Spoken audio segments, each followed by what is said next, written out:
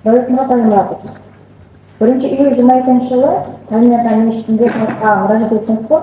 Июль ма? 1-июль 22 жылы Тәлмият мешіт алдында халыққа мұражат еттіңіз, низамы түрде митинг өткеру хақында.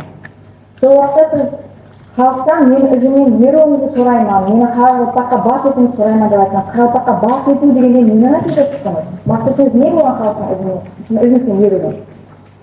Болма, соруға жауап берейін ба?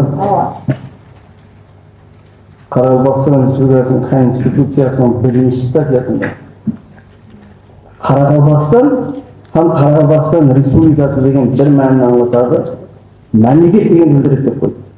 Қарақалпақта бастығын деген мемлекет деген келтіріп шығармайды.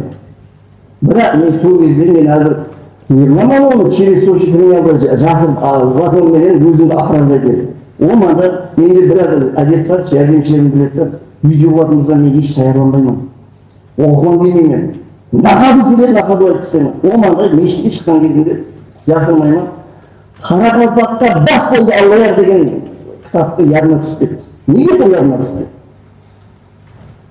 Сол ярына түсіп кетіп біріншіден. Мені басқаламын деп тұрып, соңында Қарақалпаққа басқаламын деп халықты рухландырып жіберу үшін айтып бердім. Біріншіден. Екіншіден, бұны мемлекетке бас деп түсіну керек. Қарақалпақта небір мемлекеттер бар. Сіз мемлекетке бас дейтін болсаңыз, қалбай Конституцияның 1-ші статьясына келеді. Бірақ жасырын ерлама қарындасым. Қарақалпаққа бас қылын дегенде, әйнен Аллаяр болған ярына түсті, соған текарланып тұр. Айттым жасырман.